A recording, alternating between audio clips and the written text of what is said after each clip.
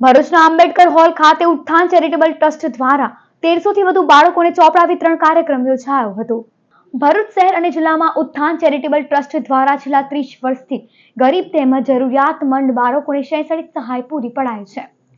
શહેરના આંબેડકર હોલ ખાતે પણ ગતરોજ શૈક્ષણિક સહાય વિતરણ કાર્યક્રમ ઉત્થાન ટ્રસ્ટ દ્વારા યોજાયો હતો, જેમાં ધારાસભ્ય રમેશ મિસ્ત્રી, નારાયણ સ્કૂલના ભગુભાઈ પ્રજાપતિ, પાલિકા કારોબારી અધ્યક્ષ હેમેન્દ્ર પ્રજાપતિ, સંસ્થાના પરેશ મેવાડા સહિત હાજર રહી સાધન સહાય વિતરણ કર્યું હતું।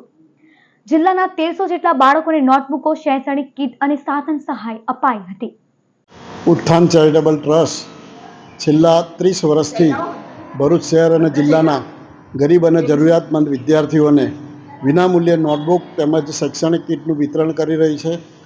આજ રોજ પણ ભરૂચ શહેર અને જિલ્લાના લગભગ 1200 થી 1300 વિદ્યાર્થીઓને અમારા સંસ્થાના માધ્યમથી શૈક્ષણિક કીટ તેમજ નોટબુક અને શિક્ષણને લગતી તમામ વસ્તુઓ અમે શહેરના જરૂરિયાતમંદ અને ગરીબ વિદ્યાર્થીઓને વિનામૂલ્યે વિતરણ કરીએ છીએ।